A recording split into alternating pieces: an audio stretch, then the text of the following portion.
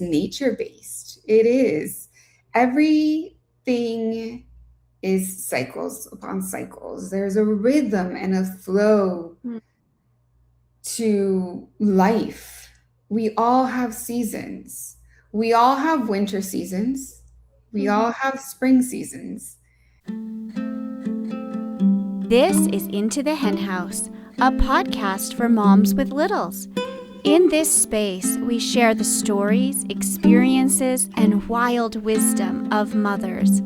We remember and celebrate the sacred. We are your hosts, Andrea and Caitlin. Get ready for some inspiration because it's time to jump into the hen house. Hello, everyone. Welcome back. I'm so glad you're here.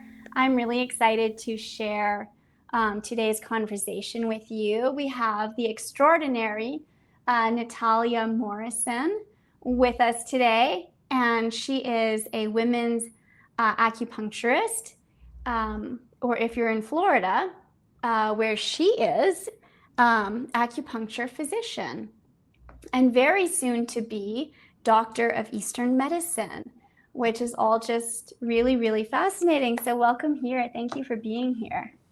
Thank you for having me. I'm so honored to have this conversation with you. It'll be really nice. Yeah. Tell us a little bit about yourself, a little bit about your work, kind of how you kind of came to it, anything in there that you wish to share. Yeah, so I specialize in women's health, and that means that I work with a strong focus on hormone balance and optimization. And I work with fertility cases, I work with pregnancy. I'm actually one of the few acupuncturists in my town in Miami that does treat women throughout their whole pregnancy. And I also do postpartum care, perimenopause, menopause support, and just support women with all types of hormone dysregulation. So, PCOS, which is now rebranded to PMOS, Yeah. endometriosis, all these different things that are very unique to us as women. And I have the opportunity to be able to support women through their journey. And it's been amazing. I actually didn't think I was going to specialize in women's health when I was in my master's program. I wanted to actually focus on oncology because my mom has had a history of breast cancer. And that's kind of where my mind and heart was at that time. But the universe was just like, no, this is what you're going to do. I just kept on receiving cases, primarily of women with in different stages. I've always treated perimenopause. I've Mhm. always treated hormone dysregulations, and probably because of my own personal experience with my hormones, I started getting acupuncture around the age of 18. And I had been struggling with my own menstrual cycle and my digestion. And I couldn't find any real support or solution. It was take birth control, which made me feel really icky. I didn't respond well to it. In regards to digestion, no one could just give me anything or pinpoint what was wrong with me. And I was able to meet an acupuncturist, and I was like, okay, I want to give this a try, which was really interesting because I am terrified of needles. That's I actually really funny. right, That's I think really it's funny. funny. I've always had really thin veins, so like getting my blood drawn has always been an event. And I was really nervous to try acupuncture, but I was Mhm. desperate. I was like, I am willing to try anything to feel better, Yeah. and it helped. It Yeah. helped. Yeah. And I was like, this is it.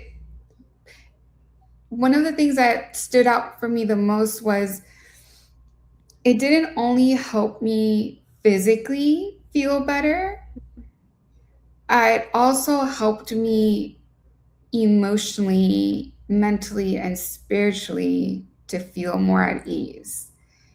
And I think that's one of the really unique things about acupuncture. And maybe we'll dive into that a little bit later. Yeah.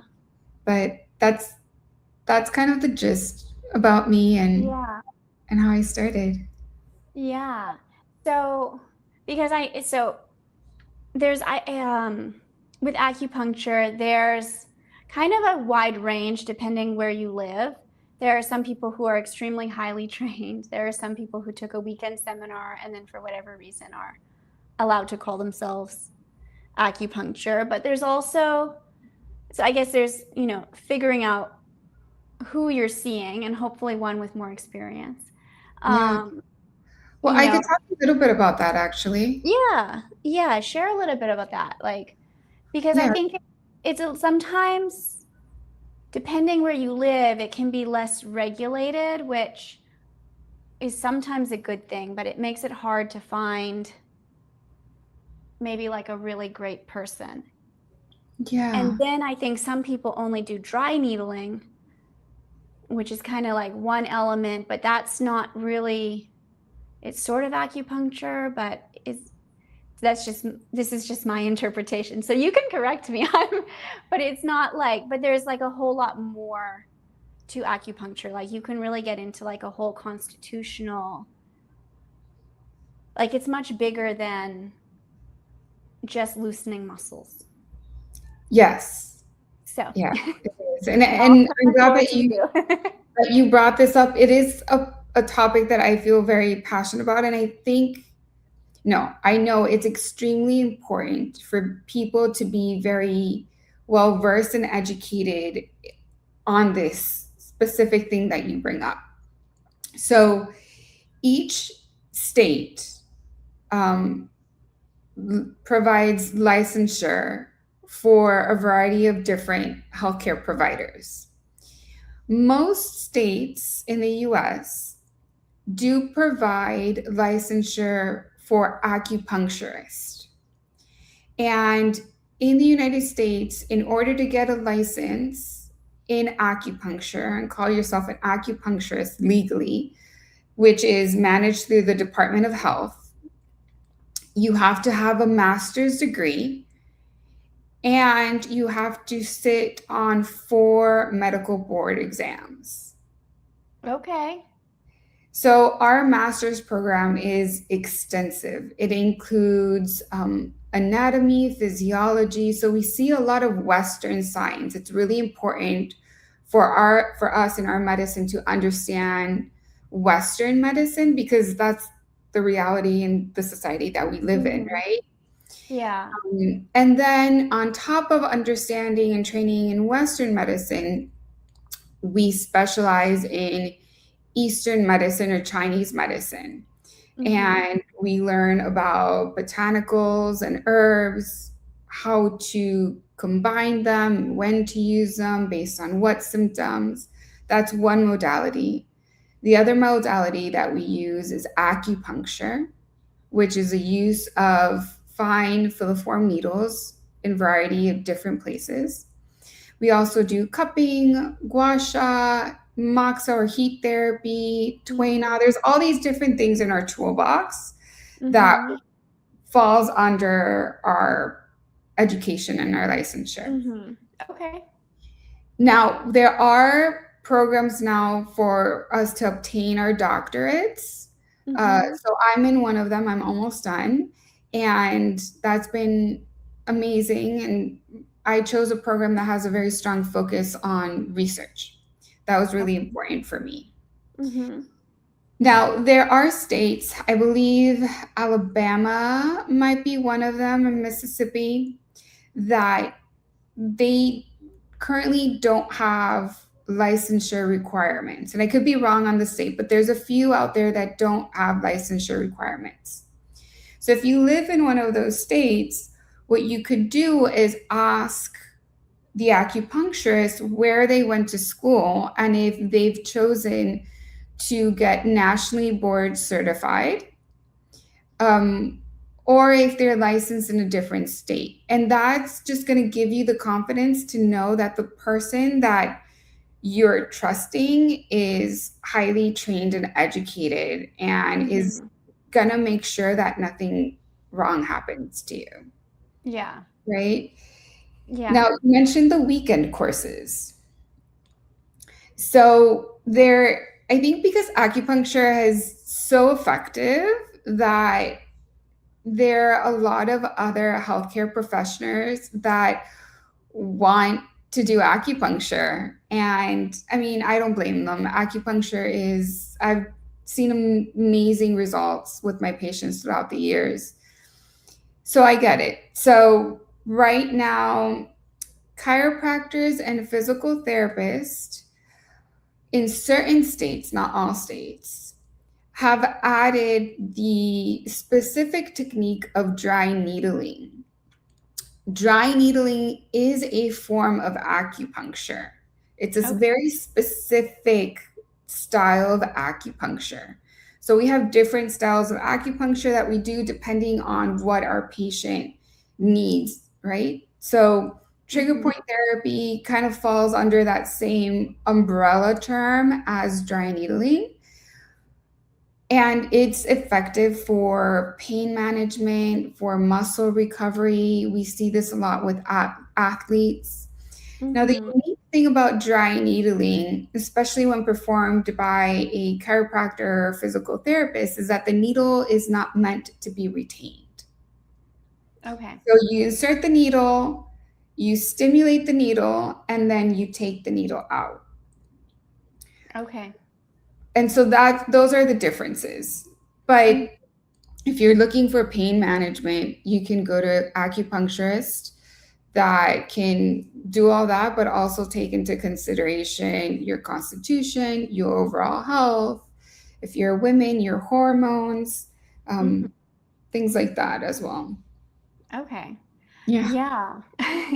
I love that. Thank you for the clarification, because that does definitely. So I am a chiropractor, and I personally, I just think it's like, you know what, as a chiropractor, let me be a chiropractor. Let me not be doing all kinds of physiotherapy. Let me not be doing acupuncture, because I'm not an expert in that. You know, that's just my opinion. And I think some people can get very good at it. But my sister is a naturopathic doctor in Canada, and I know from seeing her go through, like, she did extensive, like, years of acupuncture training along with other things too. But and I'm going, like, that's just, and she actually learned also a little bit of chiropractic, so she can do like spinal mobilization, but she's not good at it. So it's like, I'm going to let you do the acupuncture because you're brilliant at it, and I'm going to do the chiropractic. Like, Yeah. I think there's an element of, like, do what you're really good at, and you don't have to be a part of every profession. Like, it's okay to let other people, you know, Excel in other things. excel, right? You know? Yeah. So Yeah. I share that same point of view. One of the modalities we call bone setting, okay. which is like chiropractic adjustments, but from a different perspective. It's just I rather refer my patients out to a chiropractor. I rather refer my patients out to a physical therapist for certain things when, like, for example, with postpartum, or actually during pregnancy, like the third trimester, I work very closely with a chiropractor in my neighborhood and with a physical therapy team to be able to support our patients in the best way possible for whatever it is that they're working on, whether their baby is breech. I actually have really great outcomes with breech presentations, or their hips are just really achy, and because of the relaxant that they're releasing during Mhm. pregnancy. And so then physical therapy is great to tonify and stabilize those muscles, like Mhm. we need each other. And I love building this referral community within my my profession. I think Yeah. that's so important. Like I'm not going to be an expert in everything. I even have acupuncturist friends that are super strong on botanical formulas and crafting very unique botanical formulas. Mhm. That's not my strong suit. I'm good at it. I can give you a very effective botanical formula, but when I've had complicated cases, I call my closest friends. I'm like, hey, this is a case. Can you write me the formula? I'll go pick it up, Yeah. you know? Yeah. Yeah. So let's talk a little bit about, like, first kind of the differences in perspective between Eastern and Western medicine, because it's really quite a different outlook on things. But can you also talk about how you specifically help people integrate and how you help people advocate for themselves and kind of find that balance between? Because we need that too. Like, we live in a world that's very Western medicine, and even if we don't totally agree with it, it has its place and it has its benefits. And we also have to understand the systems that we're navigating and the perspectives. But can you talk about how you interweave that? Yes, of course. It's something very unique about my clinic as well. The Yin Institute is that we believe in the integration and the communication of all medicines, all systems of medicine. I don't believe one is better than the other. They're both unique and extremely effective in what they're strong at.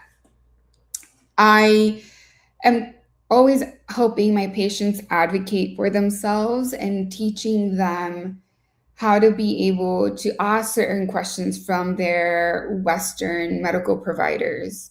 I help them understand some of their labs or their Western diagnosis that they just might be struggling with, or that their Western doctor wasn't able to provide enough support around. And we use that information in our practice so that they feel empowered. I have several fertility patients that choose to do IVF instead of natural, non medical fertility. Mm-hmm. And we're constantly talking about what their process is, how they're responding to their medications and the treatment plans that they've been on, and how I, as an acupuncturist, am able to support them in navigating them, but also physically support their body through that process. Same thing with pregnancy and postpartum. Um, Actually, a case that comes up to mind, a recent one, actually two recent ones. I have a woman that is 34 years old, and it wasn't until 3 years ago that she was able to be diagnosed with endometriosis. And she has suffered with heavy, painful, debilitating periods since she was 13. Wow. Yeah. They haven't been able to control the pain. And even with Tylenol, she still has daily constant pain. This is not someone that I'm going to tell her, don't take medication, right? Like, that's ridiculous. It doesn't make sense. But what I am doing for her is like, let's stay on what you're currently doing and let me see how I can help support your body to navigate through this better. And after the first acupuncture session, we haven't even done supplements or functional medicine, because I also do functional labs and medicine. We haven't started that. After the first acupuncture session, she was able to have 2 consecutive days without pain. Yeah. And Zero. that's huge. Like when you've been doing chronic pain for Mhm. a decade, Yeah. to have 2 days with no pain is, I mean, it's huge. Mhm. Yeah. It's huge. I almost cried when she told me, because I just don't know how someone's body is going to respond, right? Mhm. This is a woman that's been suffering for 30 years. Not 30 years, less than 20 something years, sorry, Yeah. with this debilitating daily pain, and it's much worse when she's menstruating. Mhm. And yet for her, we're not going to take her off medication, and I'm not ever going to tell her that. That's ridiculous. But let's use the treatment that you're currently doing with your gynecologist, and how can I come in and support you and complement what you're doing, right? There's Mhm. another woman that I also saw this weekend. She presents with an uncommon form of PMOS. She's been told that she has cysts, ovarian cysts that have ruptured, but she's never been diagnosed. Mhm. Her glucose levels, her A1C, her cholesterol, they're all elevated.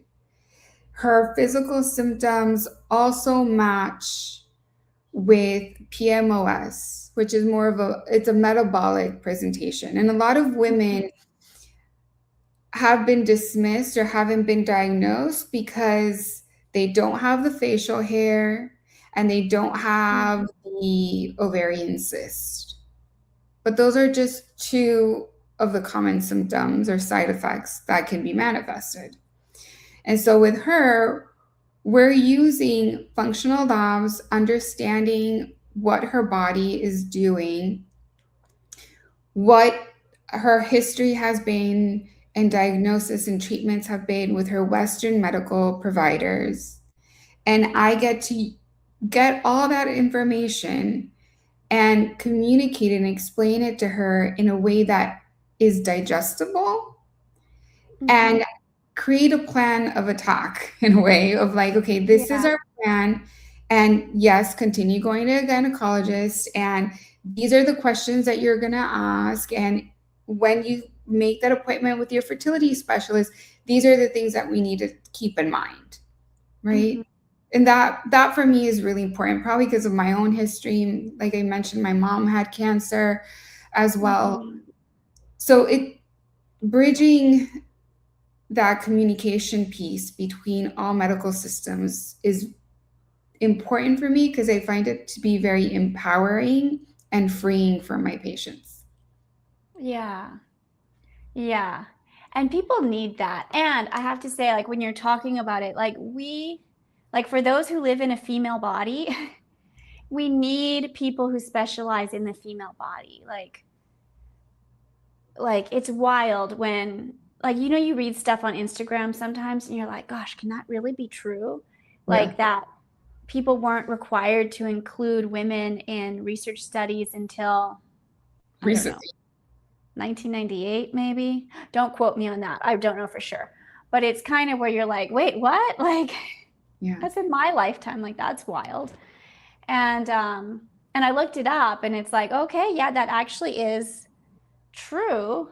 And or even for another thing, it was like postpartum care. It's like the amount of calories that a postpartum woman needs to be eating.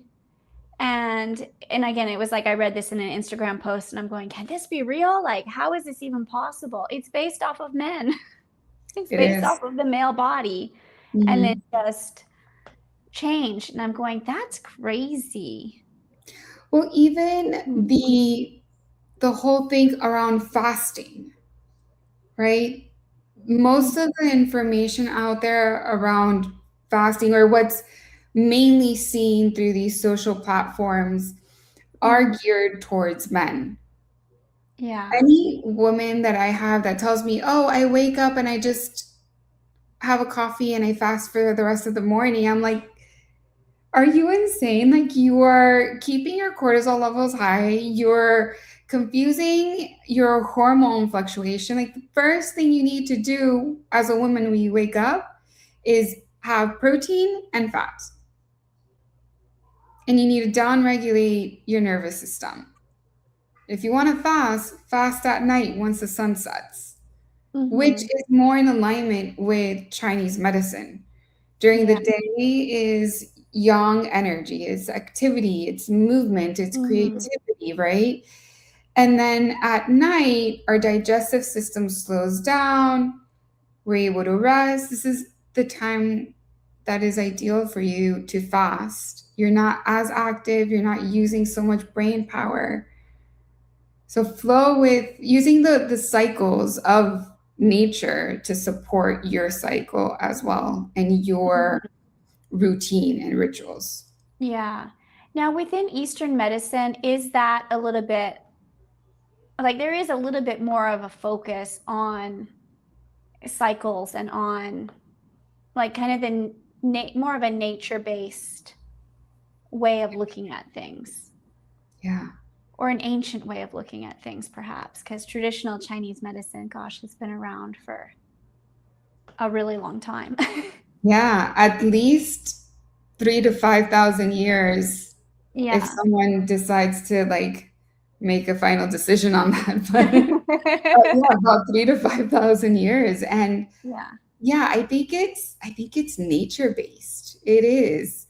Everything is cycles upon cycles. There's a rhythm and a flow to life. We all have seasons. We all have winter seasons. We all have spring seasons.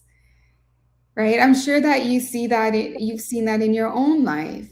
And now as a mother and seeing that in your child. Yeah. Yeah. And it's like, and I've heard postpartum referred to as the winter. Like you're in the winter season. And know. that phase needs to be honored. It seems to be that there's this societal push towards getting back to yourself, getting back to who you used to be, which I think is extremely toxic and hurtful for women.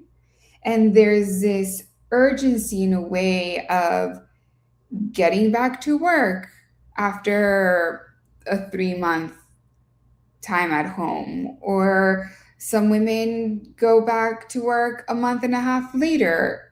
Some women that are entrepreneurs and self-employed never break. Like, it's this constant noise about just getting back there. And postpartum, also known as the fourth trimester, needs to be honored for the time it is.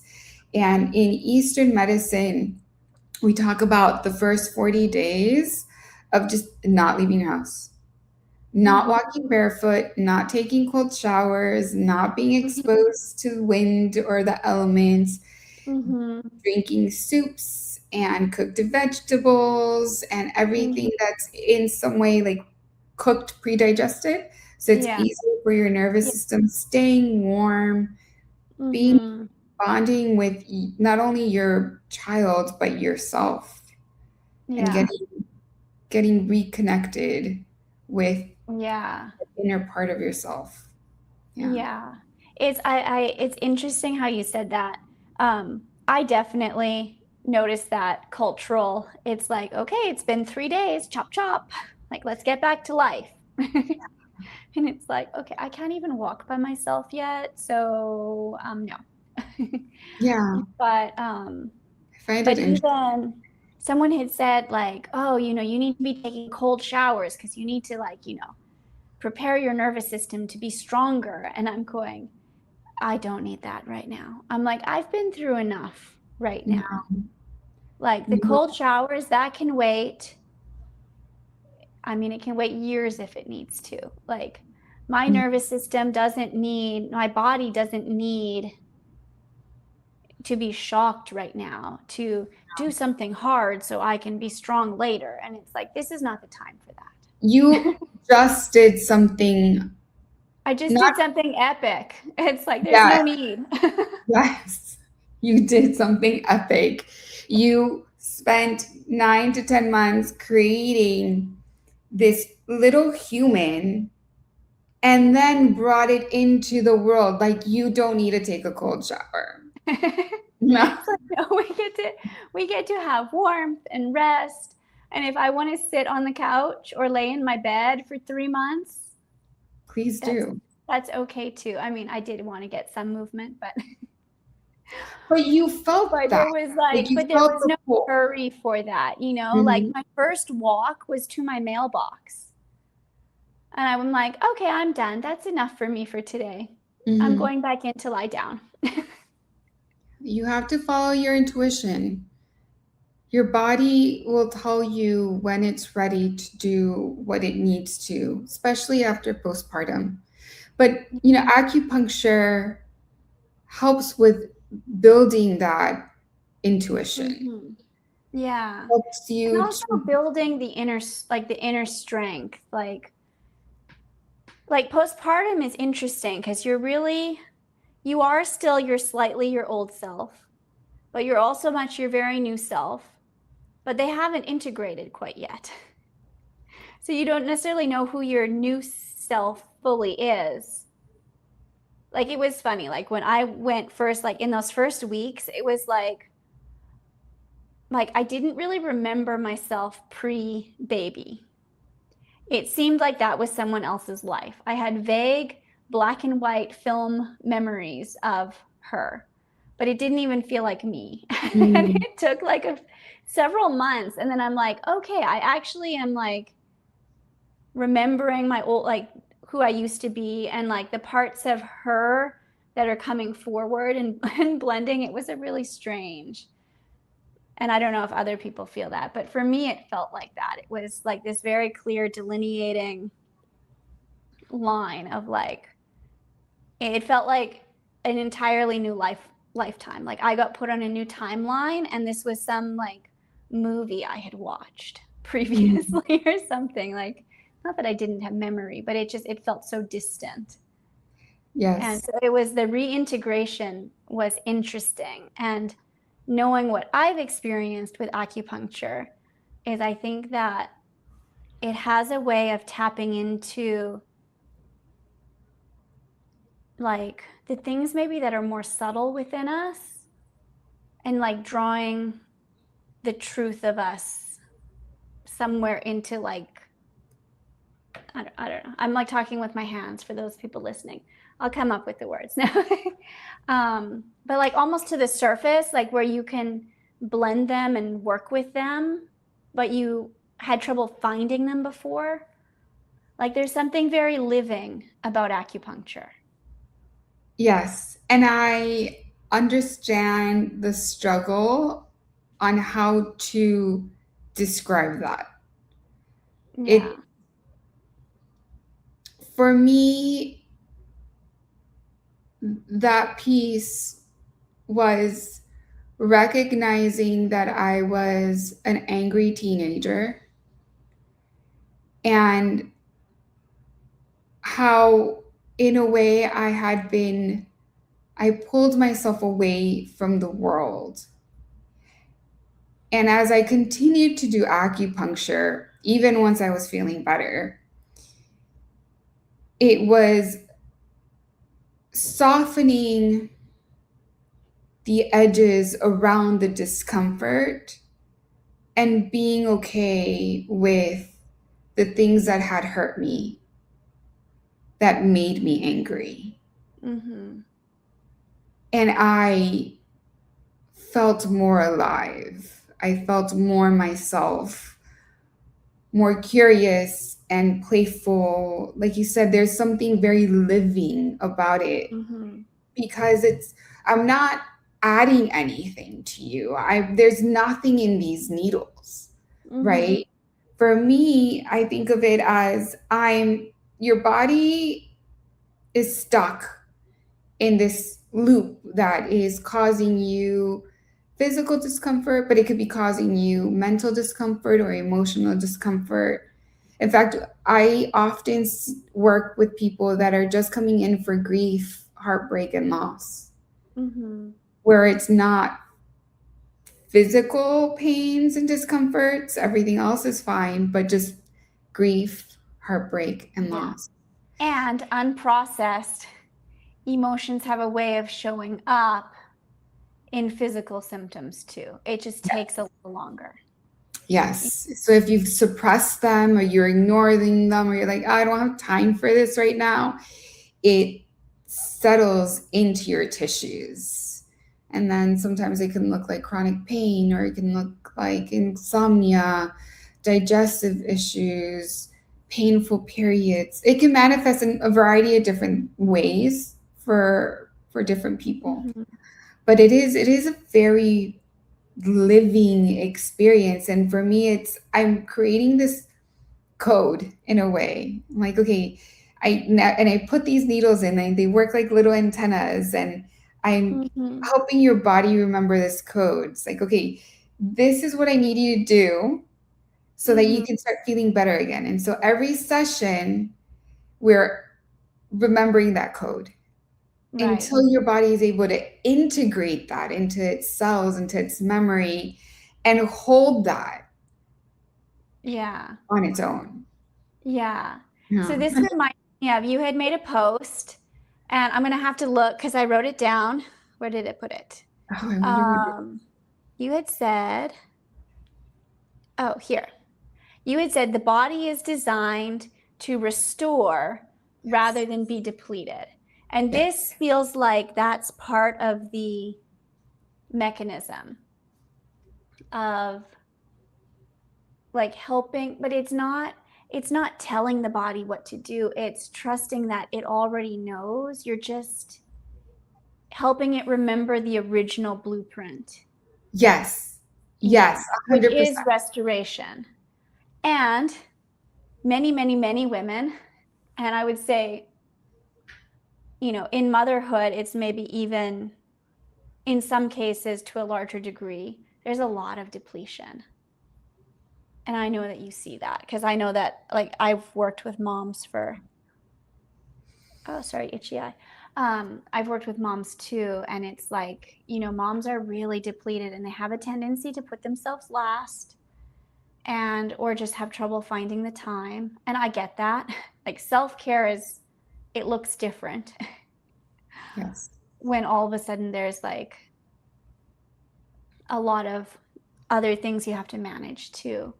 But yeah, can we talk a little bit about like the brilliance of the body in its ability to restore, and how, you kind of touched on it, but can we go a little bit deeper, like from the Eastern medicine perspective, from the acupuncture perspective, like from how your patients have transformed?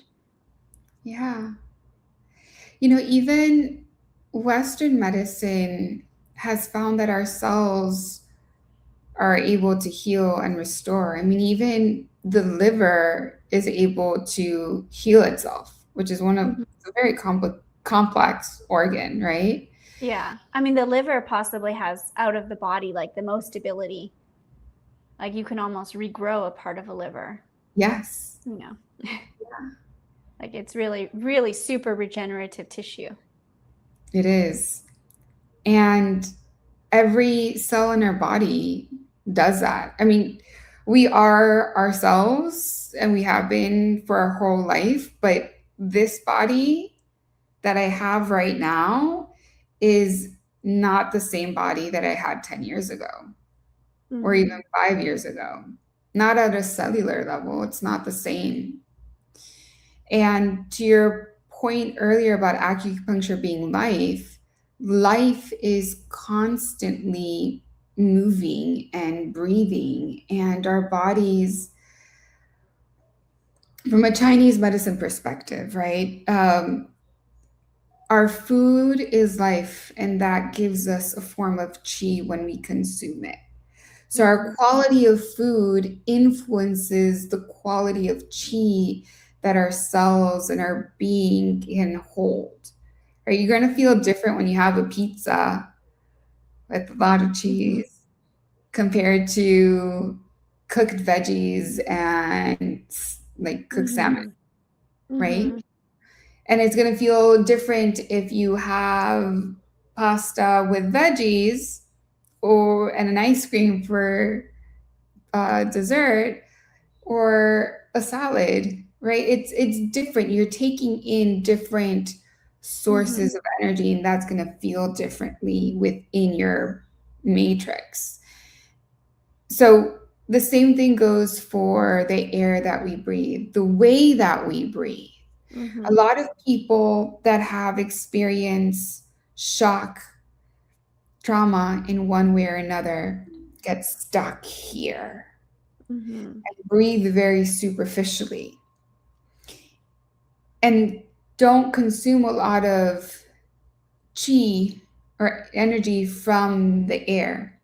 That manifests in different ways, causes different things or symptoms that we see in Chinese medicine. But we can go further and say the chi of our community, the people that we choose to be around, the conversations that we choose to listen to, the shows, movies, podcasts, the doom scrolling on these social platforms. And just all even the chatter in our brains, you know, like our own inner chatterbox. Yes. Like, And our external choices will amplify that internal chatterbox or change its programming and its conversation. And I like that you say that, because I think that there's a lot of books that will say, like, change your mind and then you change everything. Now, I would argue we have the subconscious mind, and a lot of that we might not even be aware of. So we need help bringing that to the surface. But even just our mind, it's like, and I've seen this. So like this was years ago, but I was doing shamanic training, and it's very much like manage your mind. But what happened was, what I observed with some of the, not everyone, but with some of the people who were doing the courses with me, and it was like over about 2.5 years. I did more training than that, but those were like the most intense part of it. But it was kind of like, oh, I had a bad thought. No, cancel, clear. And it was like, my goodness, like, okay, now we're just being like really, like, instead of just letting the thought go, it was like attacking the thought and attacking the emotion, and like, oh, this is ruining everything. And like, it was like clenching. And I'm going, well, that's just, and you could see it in them. It wasn't helping them. And I'm going, so I think that there's confusion when it comes to the inner chatterbox, because yes, the inner chatterbox can cause us a lot of problems. Most of us know, if we stop to listen to ourselves, we're probably the meanest person in our whole life to ourselves. So we wouldn't talk to our friends that way. We would never, right? Like, and but I think to have this interplay of having acupuncture come in and support us to move into a more loving state, where we're more okay to just observe and go like, it's okay, like, you're freaking out inside, and I love you, and it's okay, and I hear you, thank you for sharing, and now I'm going to move forward anyways. But I think we need that help sometimes to like that disruption in the loops that we get so ingrained in. Yes. Oh, there's so much that I can tap into right now. I love that you studied shamanism. Yeah. Yeah, I did that. I'm trying to think. It was maybe like 10 years, 12 years maybe in total. I can't remember now. But I'm like speechless right now. I absolutely adore that you did that. I think it's super cool. Um, and in regards to the voices, that internal dialogue, I do agree with you in the that it's not necessarily healthy to push it away or to, in a way, shame it and get frustrated as like, ugh, no, right? But acupuncture does help with freeing up energy, and we're energy. Like, you like it or not, you agree with it we or are. not. Like, Whatever your opinions about energy are. I had someone ask me that once as a chiropractor. She's like, "Are you doing energy work?" And I was like, that's hard to answer. It's kind of like, I know what you're asking me, but we all have energetic components in us. Like, if you turn on music, that has an effect on your energy. And like, if you pay attention and you're sitting in a room, and I used to have this happen to me, I'd be sitting in the cafeteria, and I don't know, there's like 200 people in the cafeteria at school or whatever. And one person walks in, and you're like, the whole energy of the room just changed. And I know who that person is. Be like, Yeah. oh, Michael walked into the room over here. Like, Yeah. and but it was kind of funny like that, right? So it's like everything is energy. Yeah. At the It end of the is. day, we're all energy, and I was doing chiropractic, not necessarily energy work in, the classification of healing techniques, but kind of everything is energy work at the end of the day. It is. So, but I interrupted you. So sorry, keep going. I so I don't know if I've shared this with you before. I was diagnosed with lupus a few years ago. Okay. And in I think 2021, I made this decision. I needed surgery for a joint issue that I had been progressively getting worse. Anyway, short of it is, I ended up under the care of a rheumatologist, and in preparation for me to have the surgery and to be cleared for surgery, I needed to be on prednisone. And I would say I didn't have the best first rheumatologist. Now I love my rheumatologist, the one that I have now. But I was on about 80 milligrams of prednisone for almost 8 months. And if you know anything about this steroid, you know that that's a very high dose, especially for someone that's weighing like 100 pounds on a good day. But to your point about everything being energy, I was very grateful to have been on that medication when I did, because it helped me create boundaries that I didn't know I needed.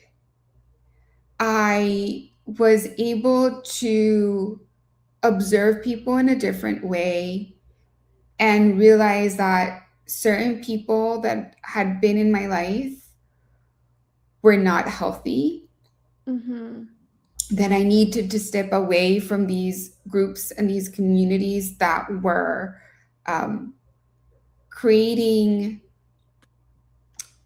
or amplifying those negative voices, or those voices of dependency and limitations that sounded healing and positive but weren't. Right. And so everything is energy medicine. And even taking a pharmaceutical medication, that was my first experience with a pharmaceutical medication being so profoundly spiritually freeing and healthy for me. It radically changed my life, and I'm so forever grateful that I had the opportunity to take that medication when I did. And so that's also something that does color the way that I treat and help and support and advocate for my patients. It's like there's no right medicine, there's no wrong medicine. It's how are we using this tool to better your life, for you to feel easy and comfortable in your skin again, for you to feel alive and enjoy life and be creative in whatever it is that sparks your soul with joy. Right? Yeah. Yeah. Now you've touched on this a couple times, and I love that you did. And that's community is the life-giving source that is community. Yes. And not just community, but intentional, aligned, loving, like truly supportive community, like the kind that really fuels you. Yes. And I've really been kind of moving the podcast and kind of moving my personal focus towards really like maternal flourishing, which is, human flourishing, right? But like, how do we flourish? How do we like just really, really, really come alive? And I think one of the major parts of that is community. And many of us are missing that component, or what you said, and which is what I found in a very profound way very soon after becoming a mother, is that the community I had before simply no longer works for me. Some of it, I can keep some of it, but a lot of it, it was like, this just doesn't work for me.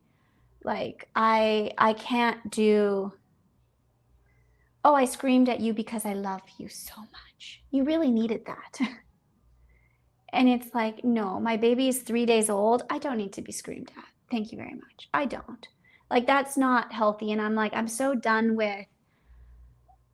with this like fake community that's like, oh, we're so here for you. We're so supportive of you. But then, you share an idea and they're like, why would you ever expect to be successful? Like nothing ever goes well for you. Or like, and I'm going, wow, like there's a lot of cruelty that gets wrapped up under the guise of love.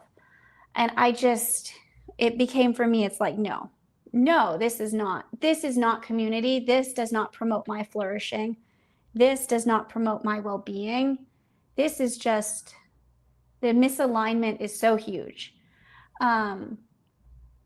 But again, with everything being energy, like the healing that can come from creating community.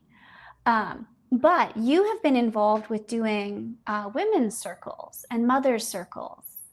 Yes. I think, yes? In the last, I'm like, I'm pretty sure I remember that right. Yes. In the last, I don't know, several months at least. I don't know. Tell me, I don't know when it started, but. Actually, I've done group work for over a decade now. Oh, wow. Okay. Yeah. Perfect. So tell me about like the community, like what you're doing now, what you've witnessed, and how do people find community? Because I think people are just, and mothers especially, like we're so darn lost. Like, how do we find community? Like I hear that a lot. Yeah. And it doesn't have to just be with other mothers, but like, how do you find a safe group? Yeah. Right, because to your point, there are many groups and communities, even spiritual and metaphysical, since we touched on that, communities that pretend, for lack of better words, to be inclusive and supportive and loving and kind. And yet you get in and it's like, oh, but you're not doing that right, or I need to tell you everything that you're doing wrong so that you can learn and then you can go and correct it because I know and Right. you don't know. Yeah. And Yeah. that's that's not that's not the spirituality, and that's not the God that I want in my life. Yeah. That's not the community that I want in my life. And it does take time, trial and error, to find the women or men, the space that really can take care of you when you're at your most tender, your most vulnerable. And in postpartum, women are very raw and very tender. It's a sacred moment in life for a woman. And we have to be very discerning and almost very judgy about who we allow to take space in ourselves and in our life. Mm-hmm. All right, so we're talking about community. Yes. I think we have to be very discerning and just be very strict in the spaces and mostly how we want to be, how we want to feel with the people that we are around. Because if someone is telling you, no, you shouldn't do sleep training, no, there's a better system, no, you shouldn't co sleep, no, this, no, that, I did this, and this was better. It's like they're not honoring you and your path, right? We're all so unique. And Yeah.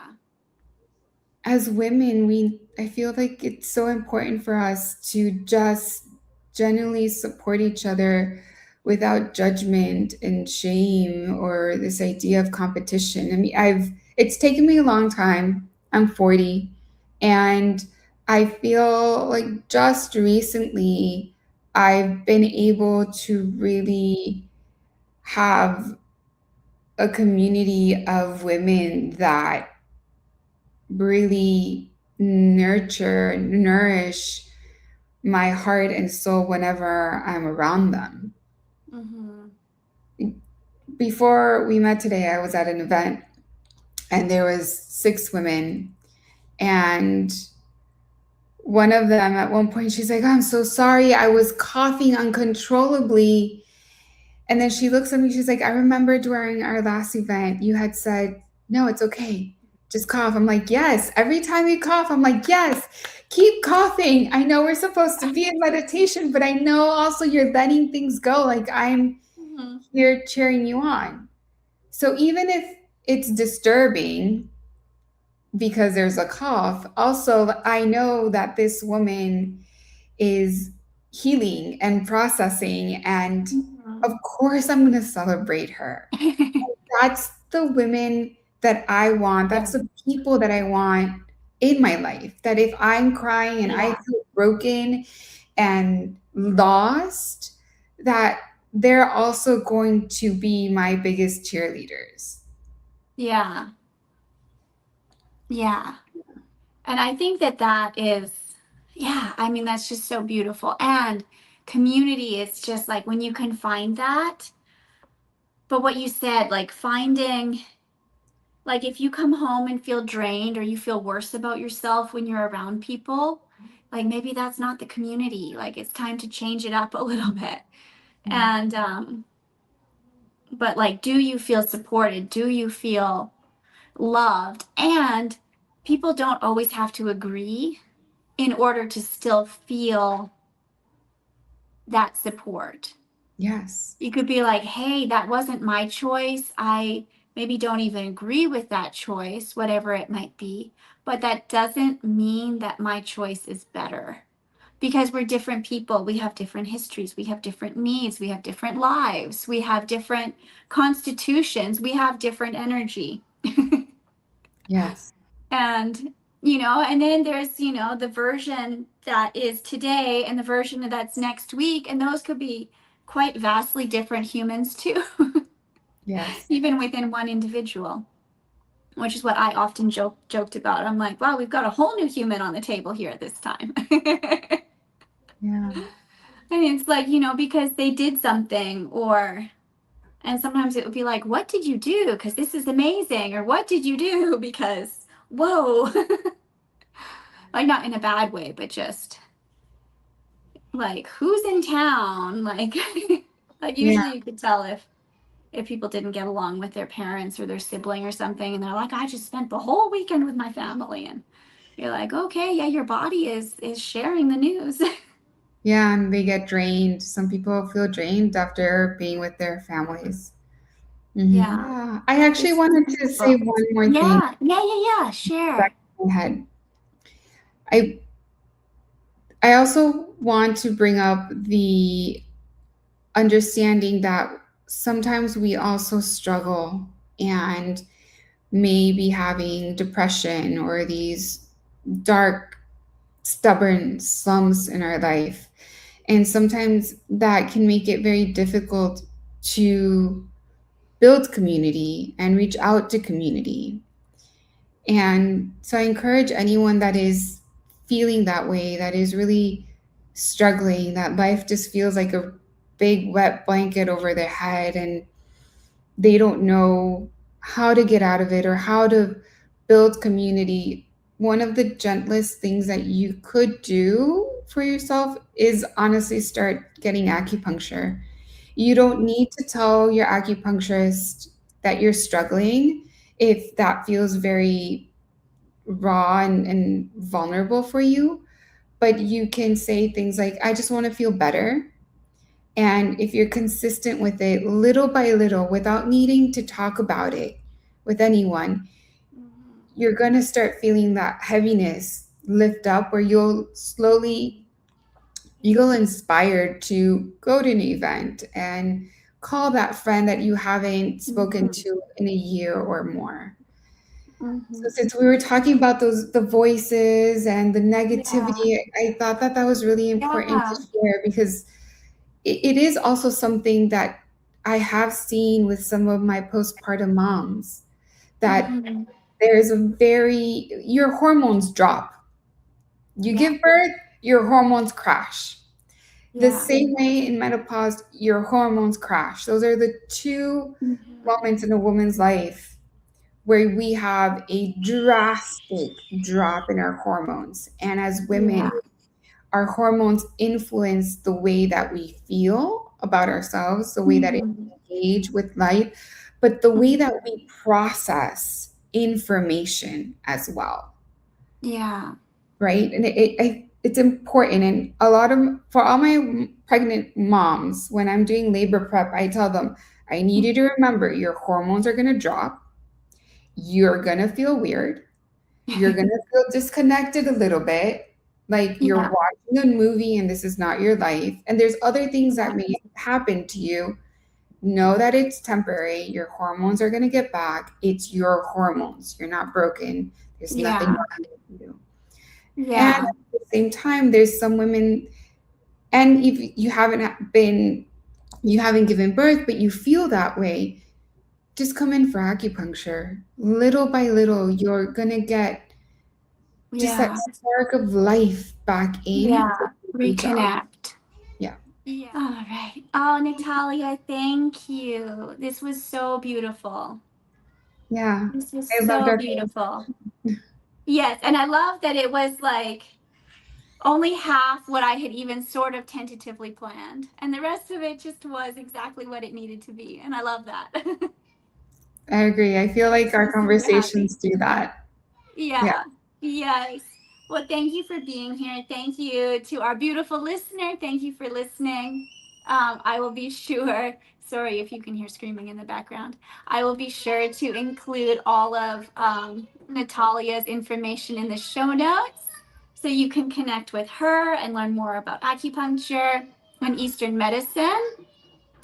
And yes, thank you for being here, and we will see you soon. Thank you for having me. Yes, thank you. Thank you so much for listening.